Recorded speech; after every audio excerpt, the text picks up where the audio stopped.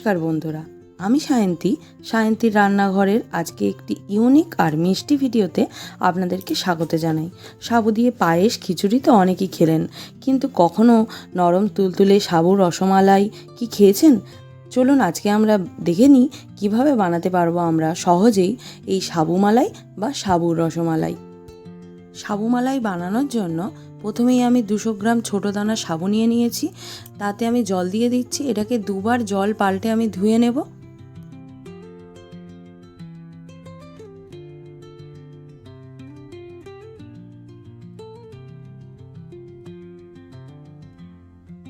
ভালো করে ধুয়ে নেওয়ার পরে আমি এখানে অল্প পরিমাণ জল অ্যাড করে দেবো, যাতে সাবুগুলো ভালো মতন ভিজে যায়। জলটা কিন্তু অল্প পরিমাণেই অ্যাড করবেন, একবারে অনেকটা বেশি জল কিন্তু দিয়ে দেবেন না। এবার আমি সাবুটা ভালো করে ভিজে যাওয়ার জন্য 2 ঘন্টা এটাকে চাপা দিয়ে রাখবো। 2 ঘন্টা পর ফিরে এলাম। দেখুন সাবু জল অ্যাবজর্ব করে কতটা ফুলে গিয়েছে।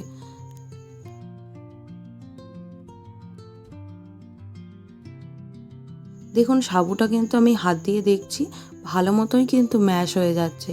এবার আমরা সাবুটাকে ভালো মতো মেখে নেব, মেখে একটা ডো আকারে বানিয়ে নেব। তারপর আমরা ওই ডোটা থেকে এরকম রাউন্ড শেপ করে রসমালাইয়ের মতন শেপ করে নেব। এগুলো বানানোর সময় দেখবেন হালকা হালকা হাতে লেগে যাবে। এটাকে বানানোর পর 5 মিনিট রেস্ট রাখবেন। 5 মিনিট রেস্ট রাখলে সাবুর যে আঠা আঠা ভাবটা থাকে সেটা চলে যাবে এবং রসমালাইগুলো একটু শক্ত হয়ে যাবে।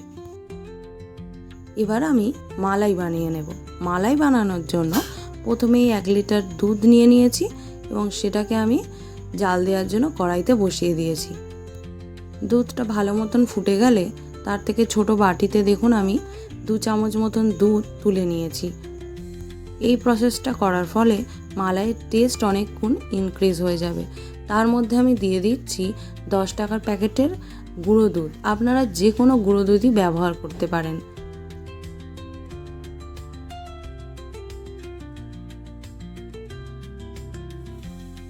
এই পর্যায়ে আমি দুধের মধ্যে 4টে এলাচ অ্যাড করে দিয়েছি, যা মালাইয়ের টেস্টকে আরও ইনক্রিজ করে দেবে।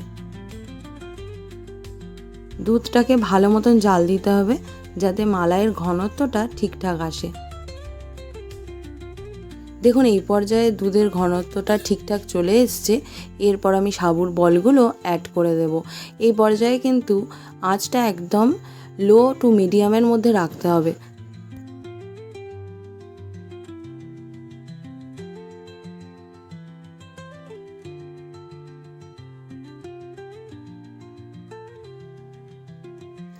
গ্যাসের ফ্লেমটা কিন্তু আমি লোতে রেখে দিয়েছি।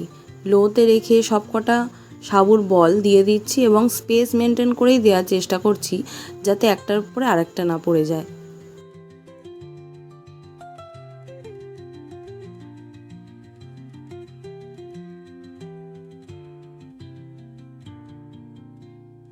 দেখুন আমার সবগুলো সাবুর বল দেওয়া হয়ে গেছে এবং এই পর্যায়ে আমি হালকা হাতে একটু নাড়াচাড়া করে দিচ্ছি যাতে সবগুলো সাবুর বল সমান স্পেস পায়। এবার একটু টাইম নিয়ে 5 থেকে 7 মিনিট টাইম নেব। তার মধ্যে মিডিয়াম ফ্লেমে দিয়ে ভালো করে এই বলগুলোকে একটু কুক হতে দিতে হবে।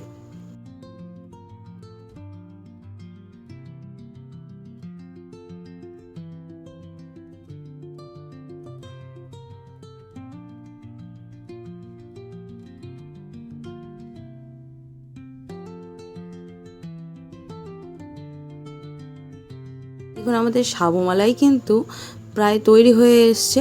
এই পর্যায়ে গ্যাসের ফ্লেমটাকে মিডিয়ামে রেখে ভালোভাবে এটাকে ফুটিয়ে নিতে হবে।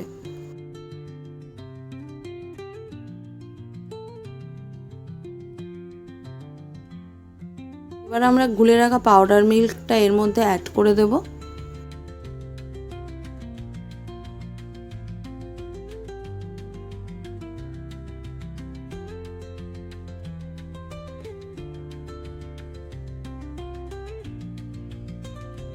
এবার আমরা গ্যাসের ফ্লেমটা একদম লো করে দেবো। আমি এখানে মিষ্টির জন্য ব্যবহার করছি 150 গ্রাম বাতাসা।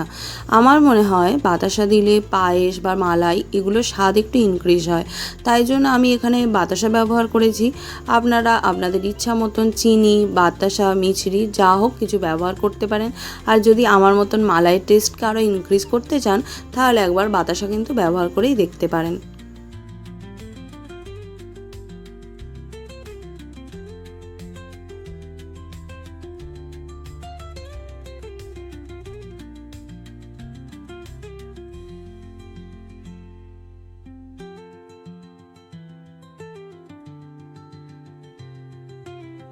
দেখুন, বাতাসা ব্যবহার করার ফলে আমাদের এই যে সাবু মালাই বা সাবু রসমালাইয়ের কালারটা কত সুন্দর এসেছে। রসমালাইগুলো কিন্তু বেশ ভালো মতনই হয়ে গিয়েছে। দেখুন, আস্তে আস্তে কিন্তু মালাইয়ের উপরে ভেসে উঠেছে।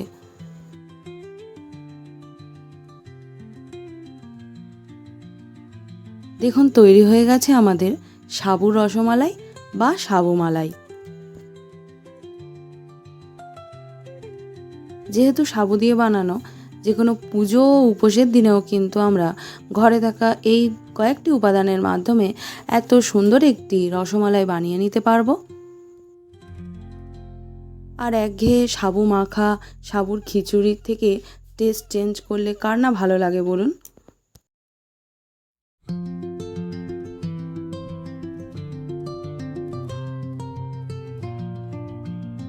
রেসিপিটি যদি ভালো লেগে থাকে তাহলে একটি like, share and comment and subscribe করে পাশে থাকবেন আরও নিত্য নতুন রান্নার রেসিপি পেতে।